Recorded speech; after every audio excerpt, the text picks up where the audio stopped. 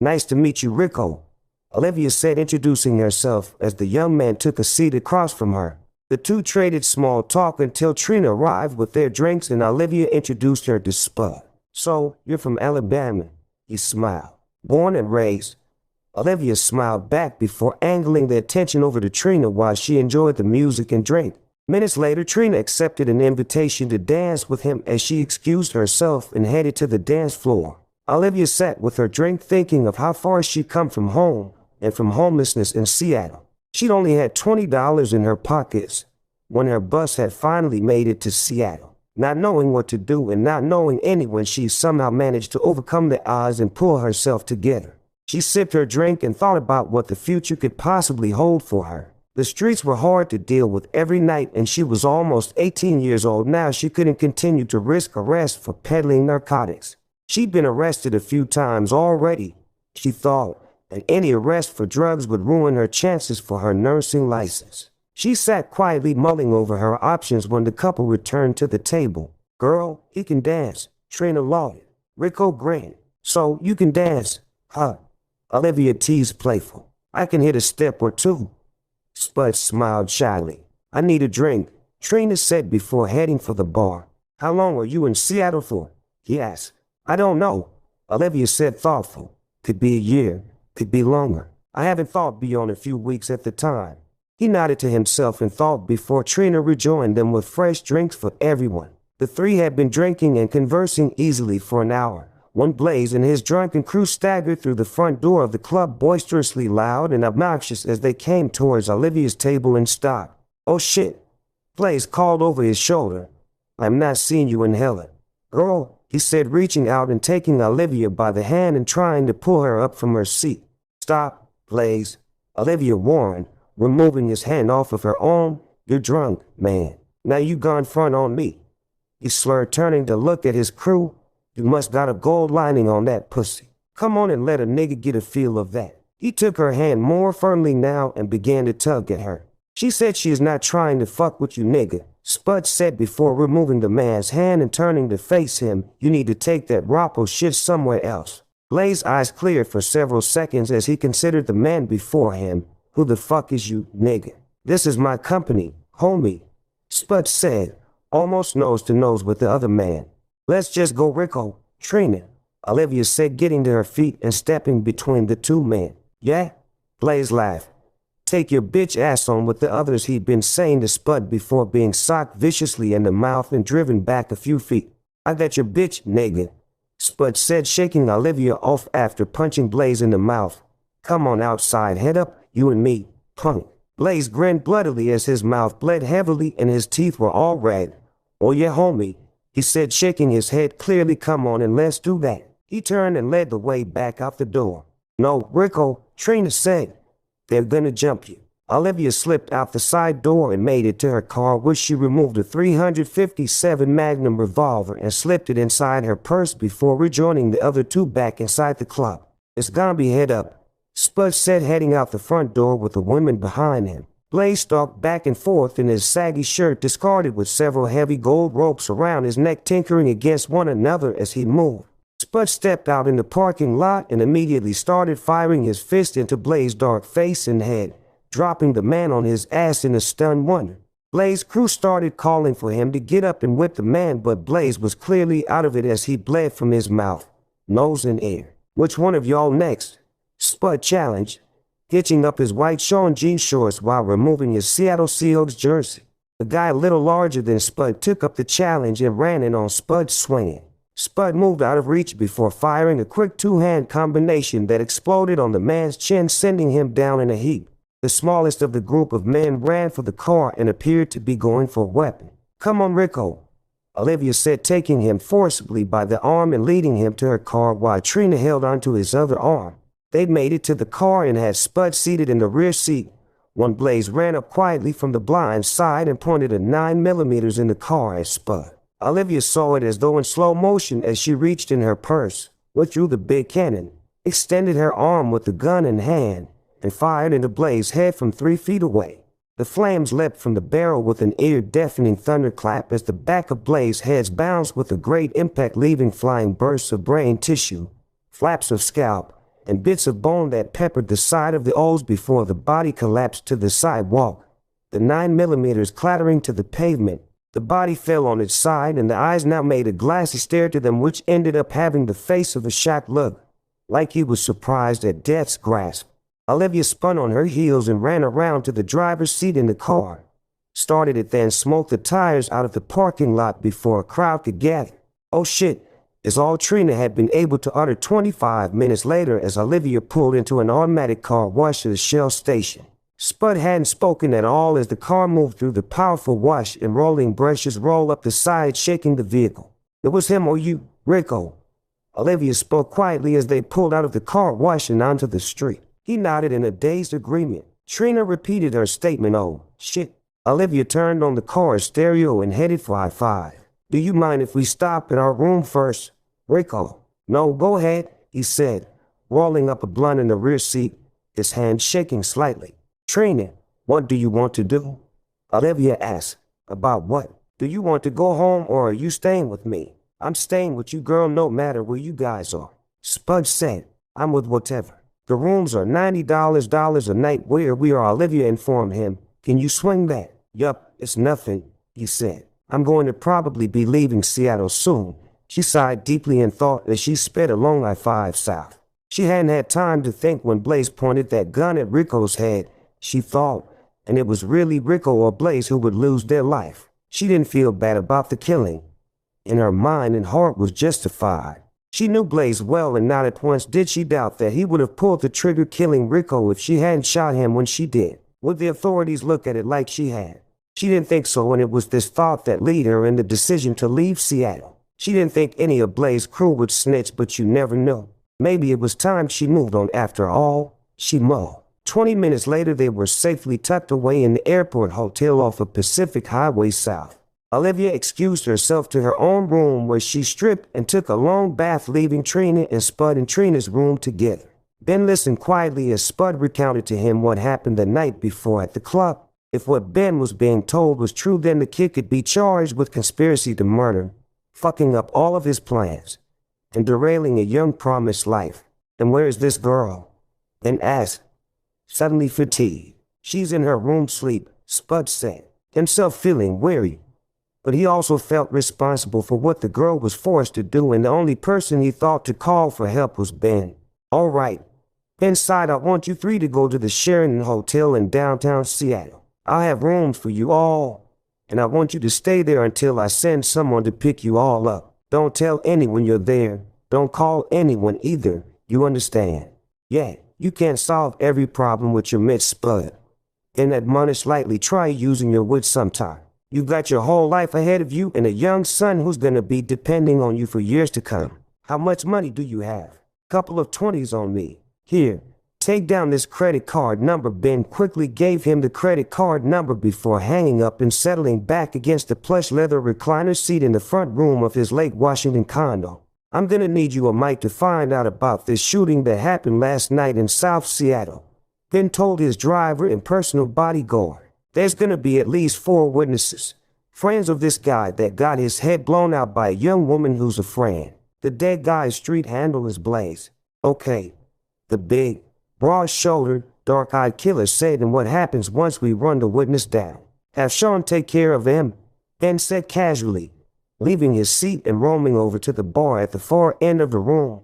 "Can't afford for them to go to court," he said, pouring a snifterful of brandy before crossing back over the wine-colored carpet with his bare feet, pajama bottoms, and a wife beater as he reseated himself. "I have a kid of mine who's involved," Ben said quietly, "and I can't allow this situation to fuck up everything I've put into the guy." "Don't worry," the bodyguard said confidently. "We'll have it all wrapped up in a week or less." "Good. Anything else?" "Who's on security tonight?" "My crew. John, Anthony, Earl, and Pete. I want you to bring the kids to me tomorrow evening," Ben said before turning up the glass and draining the amber liquid. "Make sure they're squared away for the day, though." "I'm right on it," the big man said, sliding his holstered twin 9mm Ruggers under his arms before heading for the door. "And Bobby?" "Yeah, boss." The man paused, hand on the doorknob, looking stylish in his gray slacks and black turtleneck shirt. "Nothing happens to those 3. Say no more." The big man winked and stepped out the door. You did what? Olivia exclaimed in disbelief as she considered Spud's words. We need help, he said, and we can trust Ben. You have my word on that. Olivia. He come to his room just minutes after hanging up with Ben and relayed the conversation he'd held with the man. Olivia had listened in a stunned silence before going ballistic. So, what do we do now? Trina asked. We go to the Sheraton, Spud said. And then what? Olivia asked. He'll let us know once we're there, Olivia. He answered exasperatingly. Let's just give him a chance. Look, I never put you in a bad position after what you've done for me. And I wish you'd trust me in that. Olivia gave his words some thought. There really was nothing to lose by following his advice, and she did believe that he'd done what he had to help her. She sighed and offered him a small smile. So, what time do we leave? She asked. Now's as good a time as any, he said, returning her smile. Let me get my things together, she said before turning to address Trina. How about you? Are you okay with the move over to the Sheraton? I'm with you. Trina smiled. All right. Olivia said, let's get our stuff together and meet at the car. She turned to pack as the others each headed back to their individual rooms to get their things together. An hour later, they were on I-5 headed north to downtown Seattle. Each sat quietly with their own thoughts about the immediate future before Trina spoke. Whenever you leave Seattle, she said, turning to Olivia, I'm gonna go with you. Olivia nodded with a smile. Trina had become like a sister to her, and the thought of leaving her behind was almost unbearable. She wasn't sure of what all the future held for her, but she hoped it would be one that saw their friendship intact. They parked in a nearby garage and headed for the Sheraton Hotel's lobby and front desk, where they gave their names and took the elevator to their floor. The rooms were large and stately, and all on the same floor they found. 10 minutes later, they all got together in Spud's room and fixed themselves a drink from the small wet bar before relaxing in the lush and comfortable setting. I'm gonna call and let Ben know we're here, Spud said, bringing out his cell phone when there was a knock at the door. He went over to see who it could be at the door so early when the man said he was a friend of Ben's. Spud opened the door to let the man in, and was he big at 6', 260 pounds of solid muscle. He introduced himself as Bobby as he took a seat across the front room of the suite, and explained why he was there. So, anything you need, explain why he was there. So, anything you need from here on out, I'm your man, he said in a deep, rich baritone as he sat relaxed. What? Are you like our sitter? Olivia asked. I'm whatever you all need for me to be, Bobby said, getting back to his feet and removing his suit coat, displaying the twin brothers hanging from the double holsters that crossed the 36 wide part of his back as he moved over to the bar, removed a complimentary bottle of cognac and poured himself a drink. You three are my responsibility for the next 72 hours. You need something, just let me know, and if it's feasible, I'll get it for you, but no one can know you're here at the hotel, and you three don't leave without me. Here's a credit card and some pocket change, he said, removing his wallet and setting a credit card and a stack of $100 bills on the bar. I'm right down the hall in room 211. He drained his glass in one gulp before pouring himself another and retaking his seat. Well, Olivia said, I have a few questions. Hopefully I have a few answers, Bobby sighed. Who decided we can't go anywhere without you? She said hotly. I go and come as I please, and I don't need nobody telling me otherwise. Bobby nodded his large head in acknowledgement before speaking. You are free to go and come any time you want, any of you. But if you are apprehended or shot down in the street before this man's friend can be persuaded in the direction of your benefit, you'll have done yourself a great disservice, Bobby said, looking from one of the teens to the other before continuing. My boss, Benjamin Creed, thinks the world of you, kid. He pointed at Rico, and it was his wish to help you all, and the only way he could do it was to make sure you all were as safe as you are now. But if you decide to rebuff this hand of friendship, it is on your own heads. I'd like to think you all are smarter than that.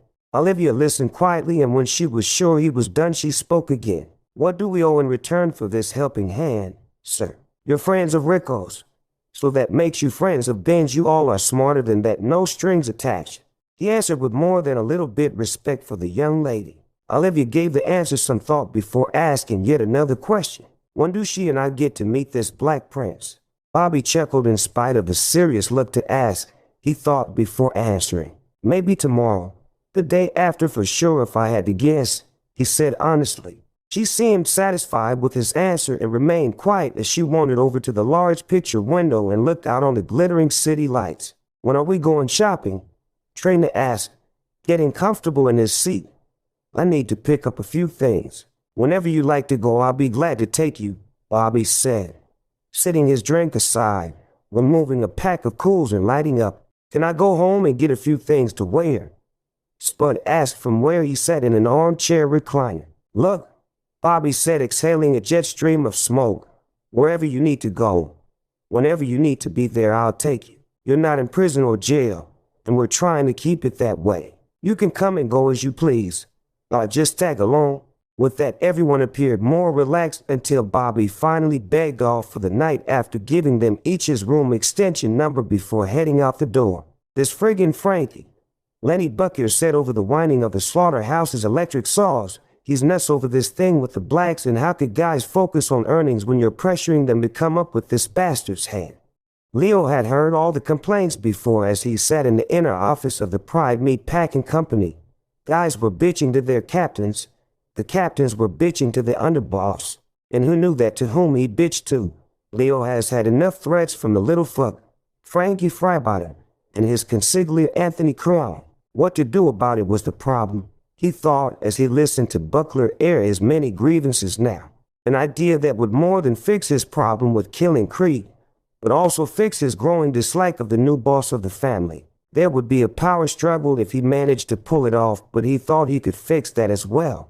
The plan called for the removal of Frank Freibottom as head of Seattle outfit. His 38 fall would leave the leadership position wide open, and a struggle between other underboss Andy Cromaldi, the consigliere, and 3 captains, of which he was one, unless he could make the play for the leadership role himself and offer the others attractive concessions of some kind. The more he thought about it, the more he liked the idea. If he was boss of the family, a lot of belly aching and bitching would cease. He was different from Freibottom in that he'd come up in the streets.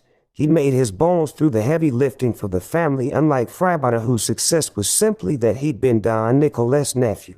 He'd been made boss due only to his blood relation to Nicolette, and this had never set well with the power structure of the family. The leadership had been chosen based on competence and seniority, but simple blood relation. Frankie was a loudmouth with a short man's complex. None of the soldiers backed his appointment, and a general with no soldiers was no general at all. So he would give the issue some serious thought and test the waters, so to speak, which was why he'd come to see Lenny, one of the 3 capos. Like himself, Lenny couldn't stomach Freibottom leadership or more than he could, and this was 2 out of 3 capos, which were the backbone of the family, and if the 3rd captain, Archie Romano, fell in line, Freibottom's days were truly numbered. Maybe he's not right for the position of boss of this family. Hey, Lenny threw his hands up in the air. "I never said that, guy." "No, you didn't, but you don't have to, Lenny. All of the guys feel like we do, and if things continue as they are, it'll pull this thing of ours apart at the seams," Leo said, getting to his feet and closing the office door before continuing on.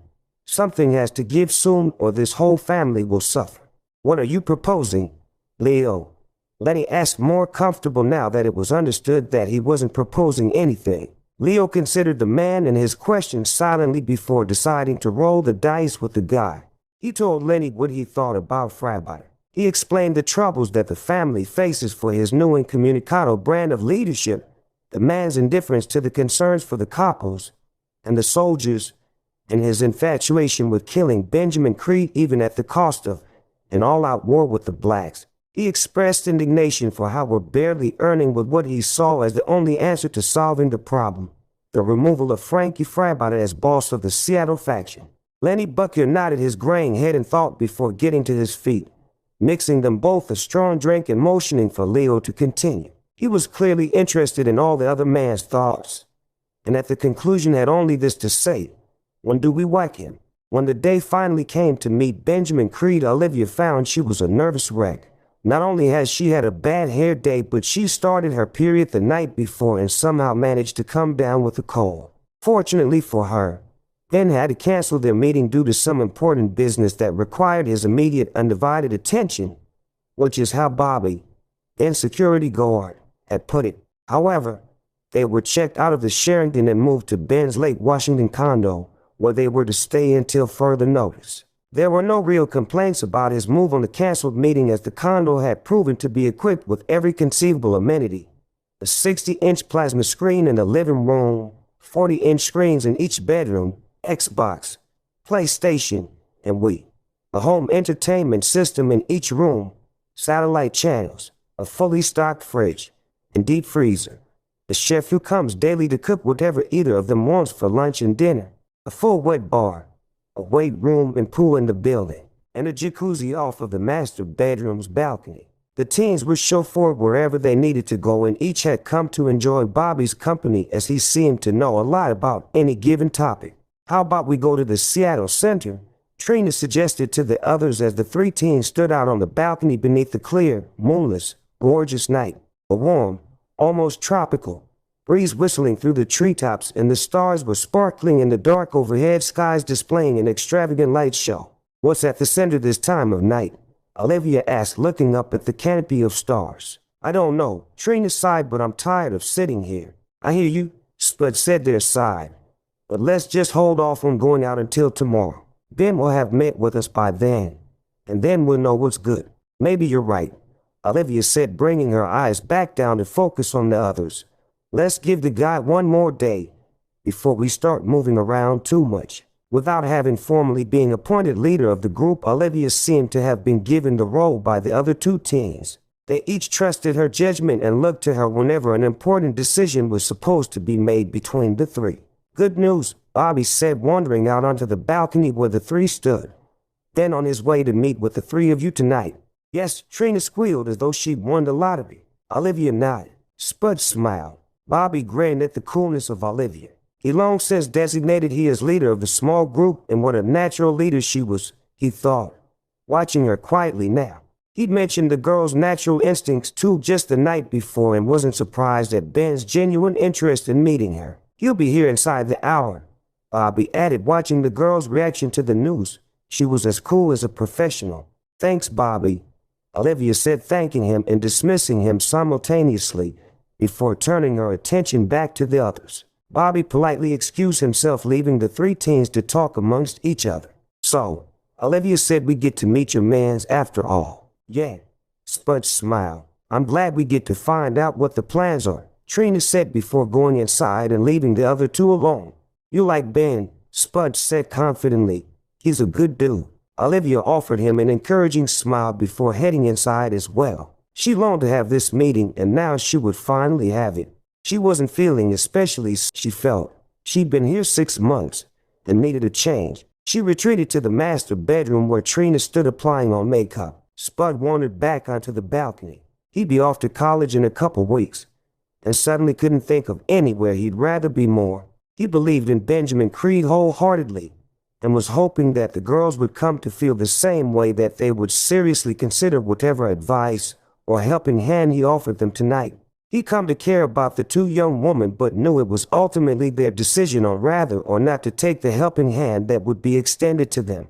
He could do no more for either of them now. He sighed heavily before making his way back inside. Ben arrived alone, surprising everyone, including Bobby, with his stealthy appearance. He wore black slacks and shirt with minimal amounts of jewelry as he stood before the teens to introduce himself formally. Trina was obviously impressed, as he couldn't quit smiling from ear to ear.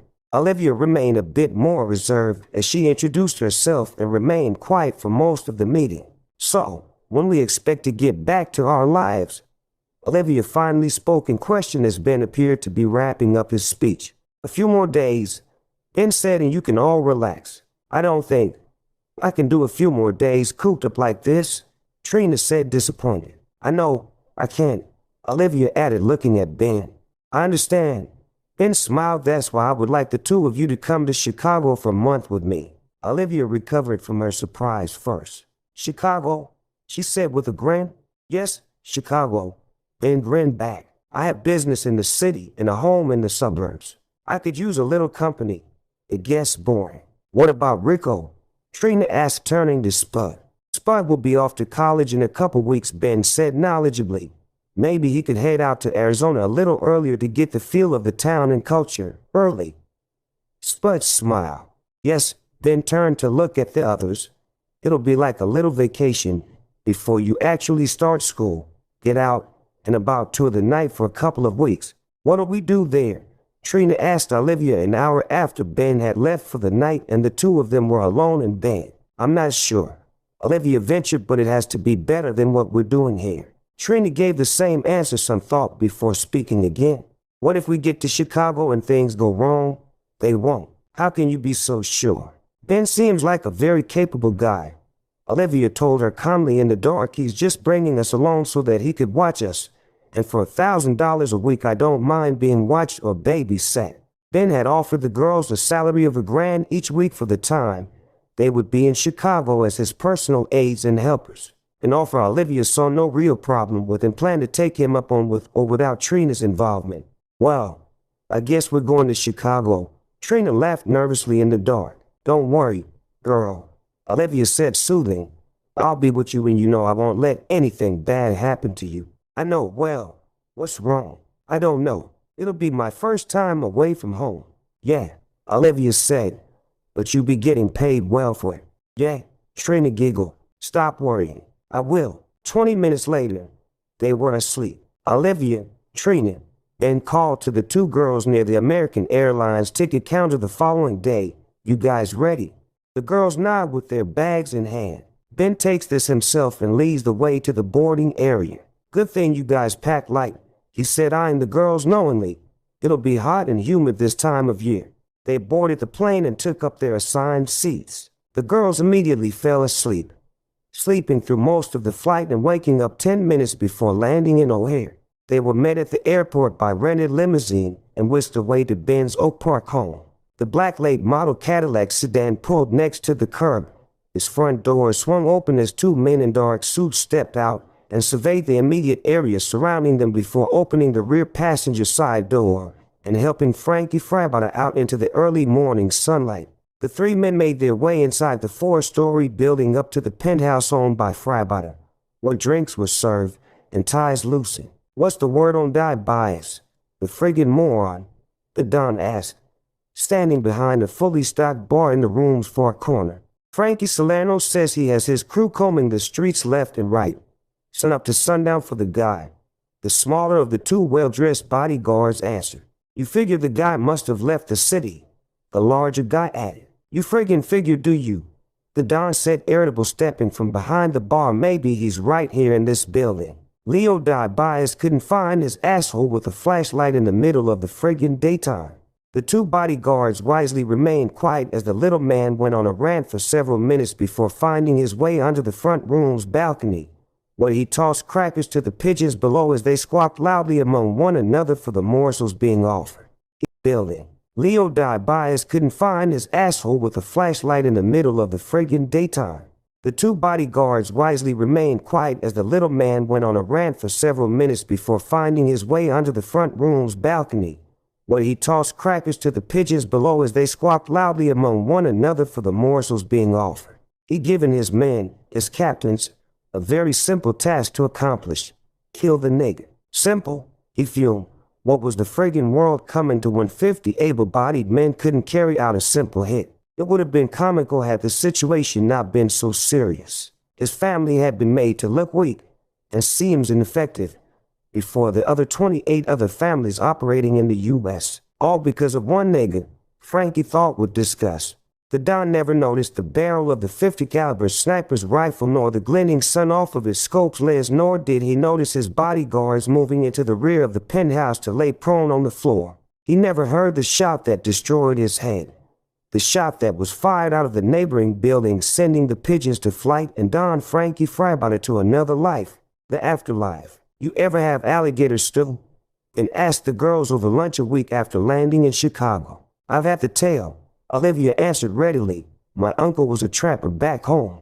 Well, we're gonna have some down home hater stew, if you guys are game.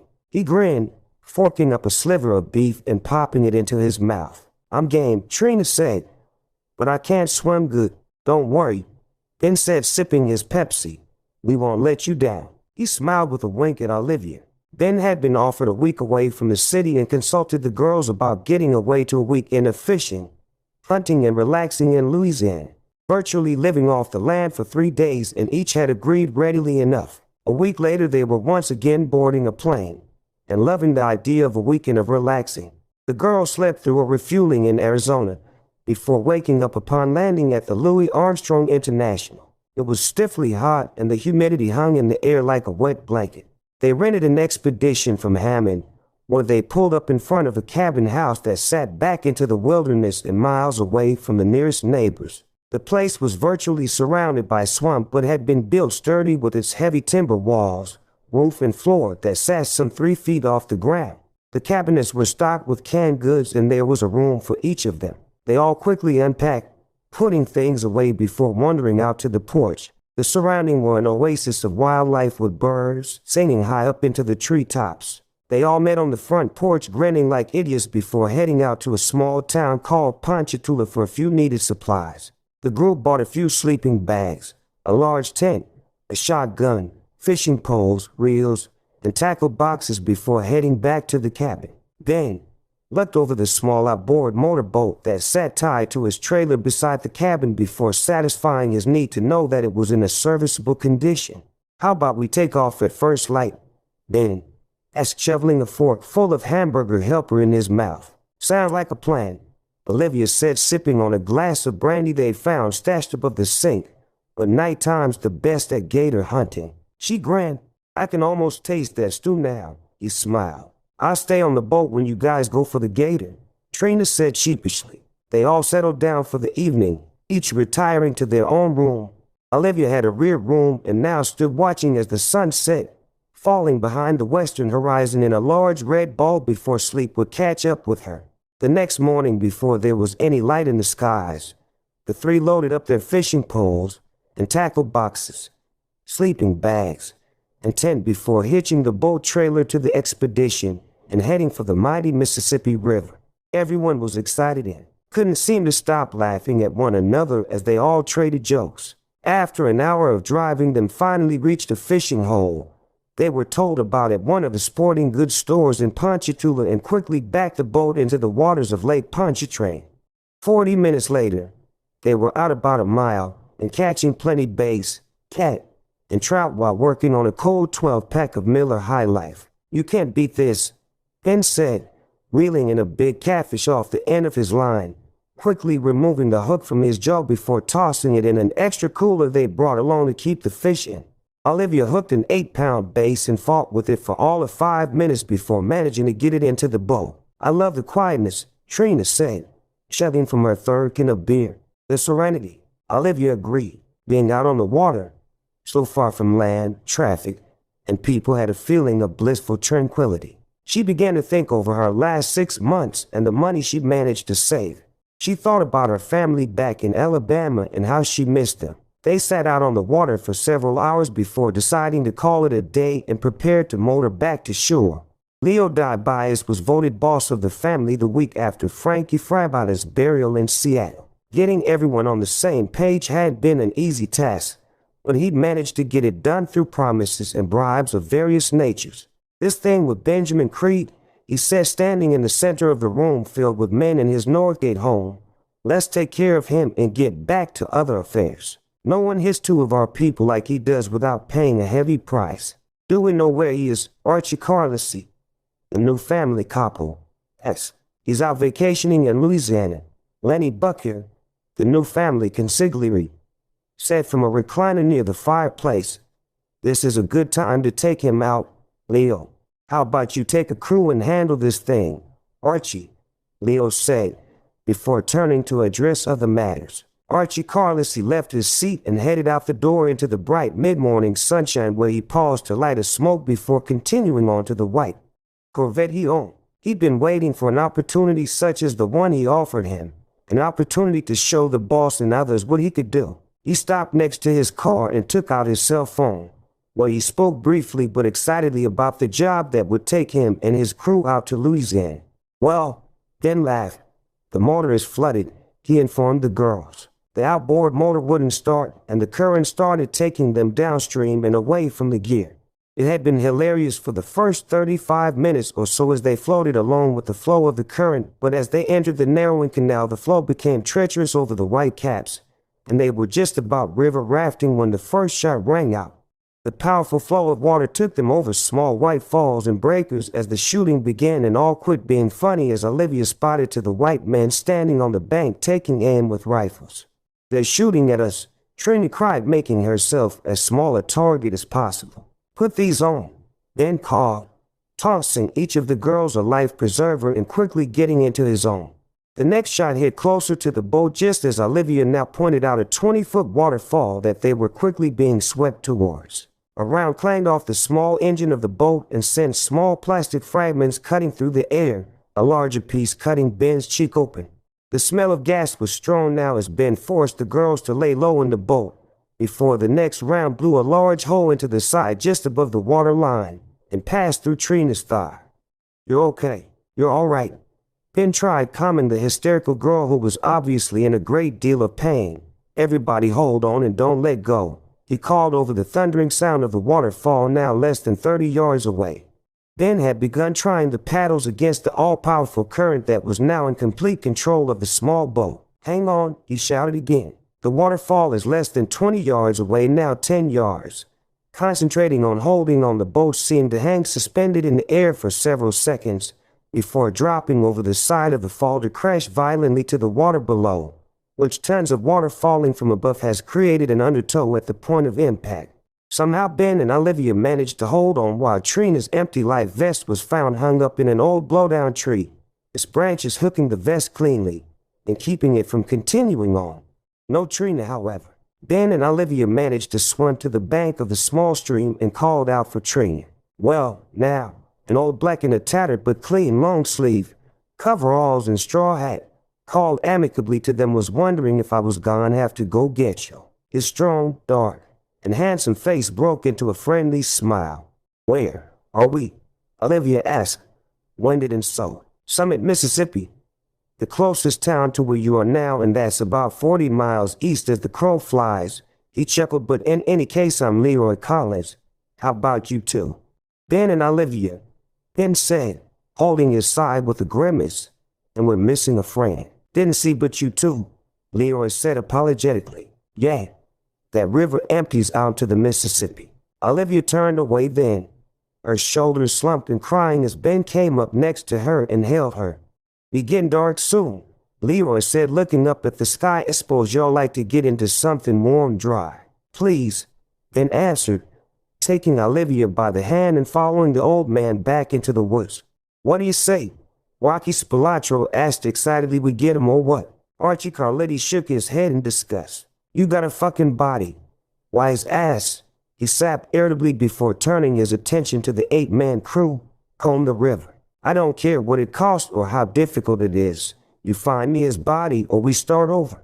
With the exception of Spilotro, Archie knew he'd put together the best crew possible to track down and finish Benjamin Creed, and maybe they will finally succeed on this mission. Archie Carletti was told specifically by the boss to get the job done right, and not to finish until he's seen a body. He wouldn't get a second chance, so he had to be sure of the kill. Archie climbed back into the big Lincoln sedan and got on the phone with his men back at the river's waterfall area. "Yeah, boss," a man answered on the first ring. "How's it coming?" Archie asked, lighting a smoke and exhaling wearily. "No signs of a body yet." "What about the girls?" "Nothing. Keep looking." "Will do." "Skip." Archie hung up and signaled the driver to pull back onto the road. He'd been given a week, 7 days, to have his task completed, and he'd burned 2 so far, but things were looking good. Now, if you could just find the body. Gonna be getting a little bit nippy tonight, I reckon, following a long, bite in the middle of the clearing. Ben and Olivia, weary and humble, following the elderly gentleman through an old rickety screen porch that lead into a huge open dirt floor rooms with tar paper walls, a large smoking black pipestone, and an old black and brown long-eared hound that lay scratching its side vigorously before settling back down, yawning and stretching its front legs, and now laid lazily eyeing Ben and Olivia. The room held a dusty old wash basin and board sunken straw mattress made up of old woolly blankets and 3 rickety chairs of wood. "Been watching yous too and don't think yous looks to be from round these old neck holes." The old man smiled after speaking knowingly, turning to look at Olivia with a conspiratorial wink before moving to swat gently at the lazy hound with a callous fistful of kindlewood. Turning back to his two guests after adding it to the stove. I suppose you'll be from up north, I reckon. That 'bout right. From Chicago and Seattle. Ben answered, now a bit subdued as he sat heavily in one of the old chairs. I was wondering how far we are from Hammond, Louisiana. The elderly black slowly seated himself before lighting an old corn pipe with one gnarled hand. He puffed patiently now in deep thought for several seconds, his strong black brow furrowed in contemplation before finally reaching a suitable reply of wisdom. Now, line start me that line. Couldn't right tell you about the distance exactly, mind you. But now y'all be mine a trifle bit further than a few clicks and y'all a bit educated too. Old dog like me still got out here. He grinned, speaking over his shoulder as he got slowly to his feet and headed to the rear of the shack. Bet CHO be just a wee bit famished. He finished speaking before he eyed them with understanding. Yes, sir, Olivia said as the old man made his way out through a far door at the back of the shack. Come on, youngers. He laughed wholeheartedly. Old dog like me on bite.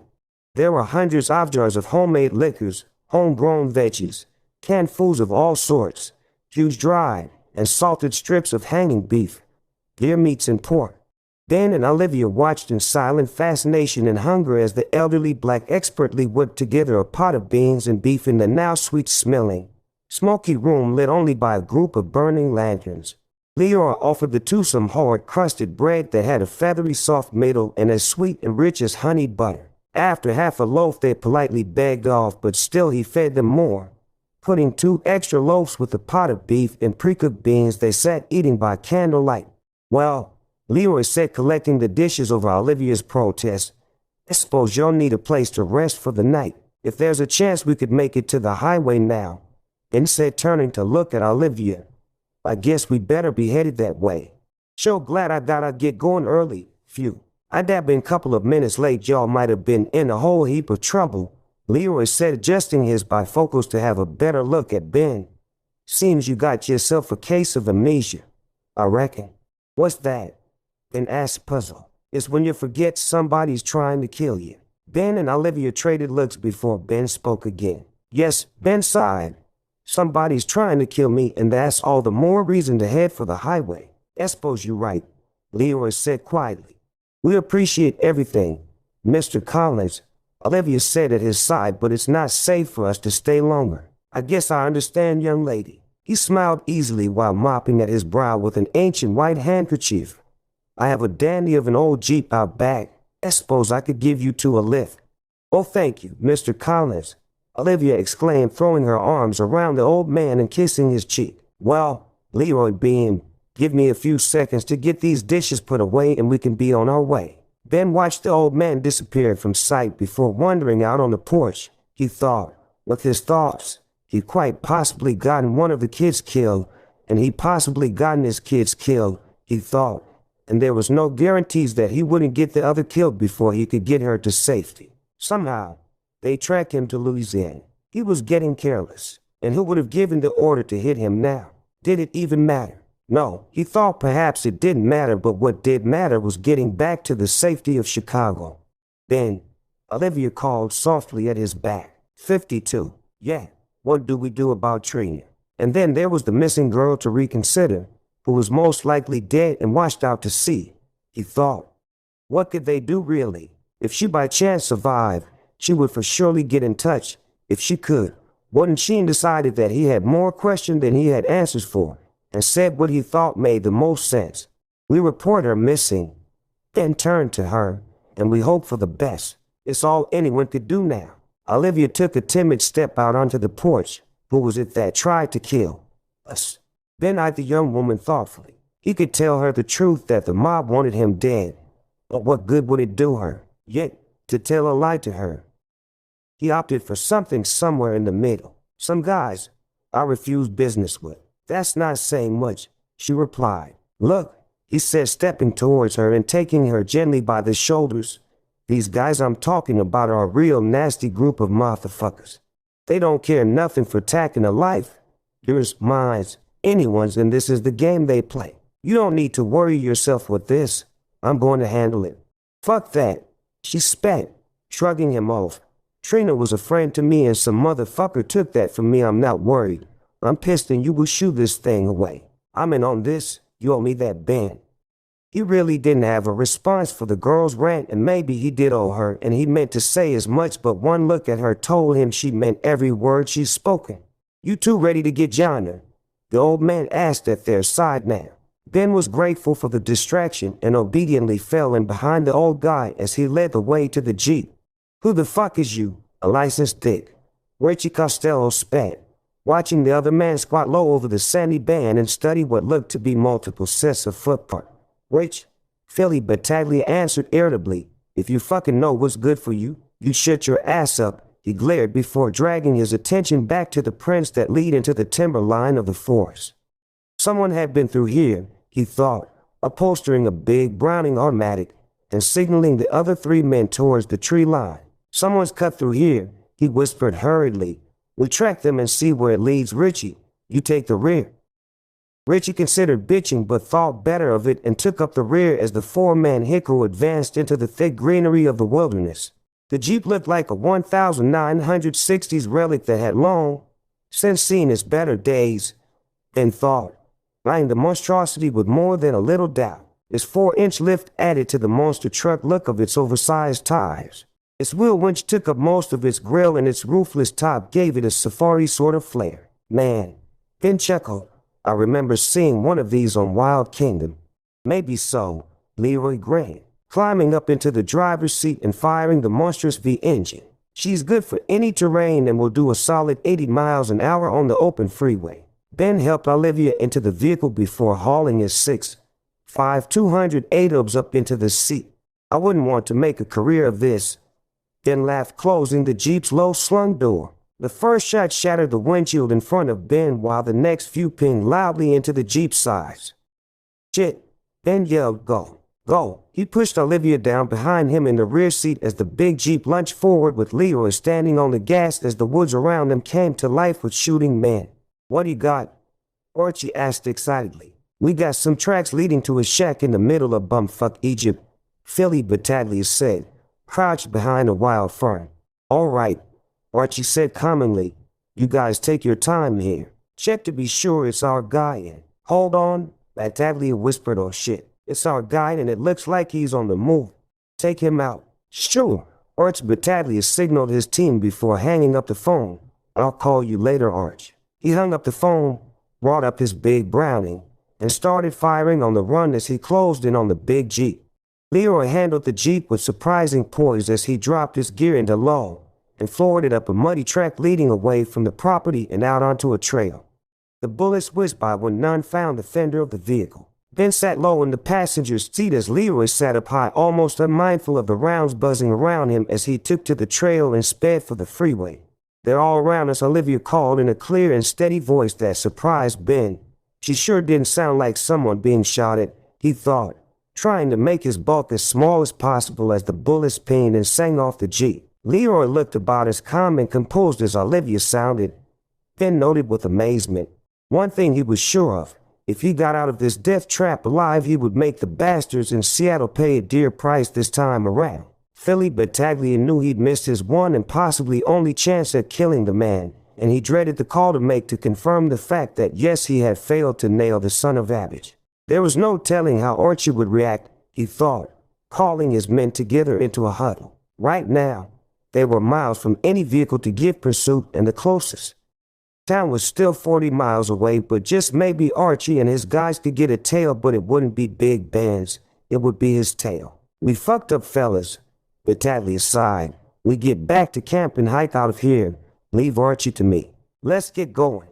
2 hours and 80 miles later, Leroy pulled into the Hammond bus station and killed the Jeep's engine. No one spoke right off as they each piled out to stretch and wander off for the restrooms. 20 minutes later, they all stood together in the parking lot next to the bullet-riddled Jeep. I want you to take this, Ben said, forcing a large wad of $100 bills into Leroy's reluctant hand. Oh, you are lives, and I won't forget that. Thank you.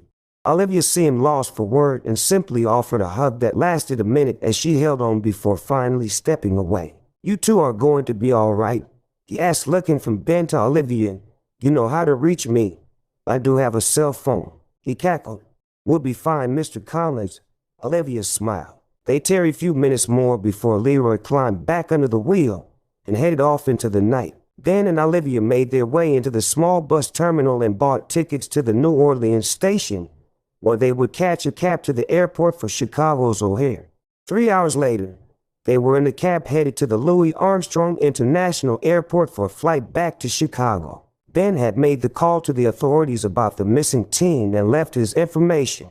All efforts would be made to find the missing girl that he'd been told, and the sheriff deputy of the small hick town near Summit seemed sincere and thought, in any case, no more could be done to help the girl, but he would definitely make some people pay a hefty price for her life. He didn't doubt, and he had a living reminder of that promise next to him.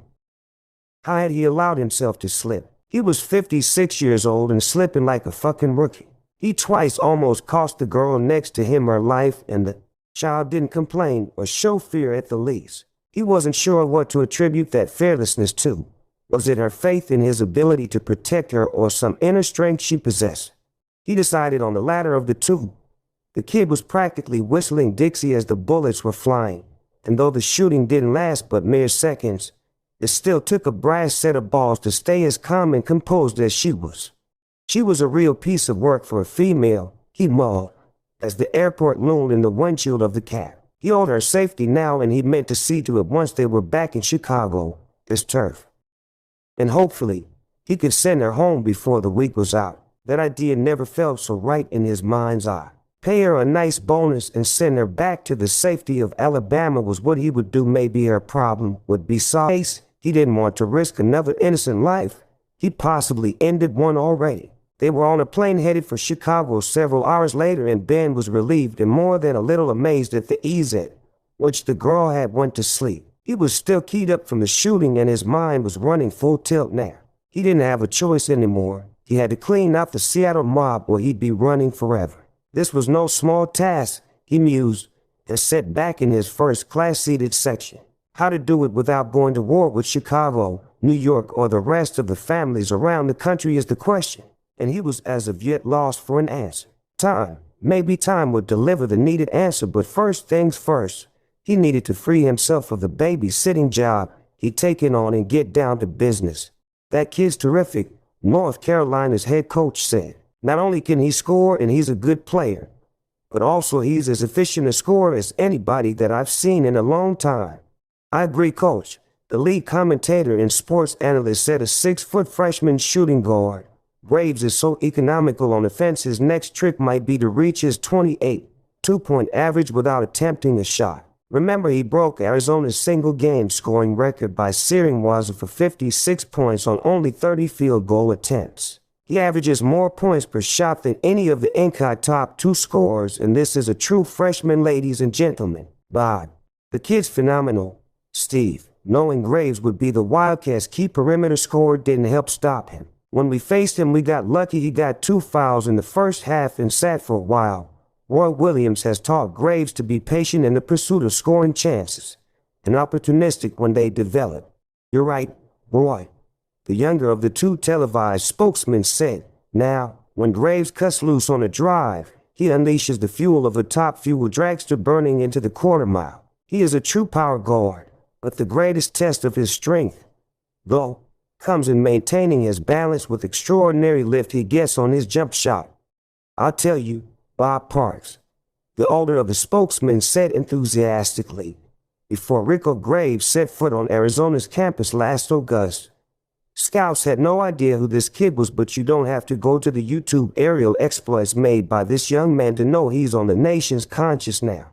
And if you just tuned into the Arizona-Oregon game, you've been missing one of the ages, as Arizona led by young freshman Rico Graves, shooting 54% from the floor following a spectacular offensive show from the true freshman who leads all scorers with 19 points at the half.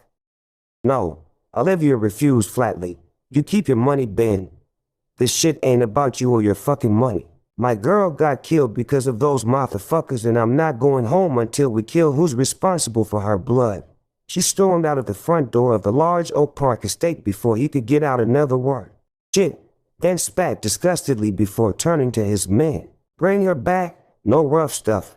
Tell her I'm willing to listen. And that was how the partnership was forged, he recalled years later.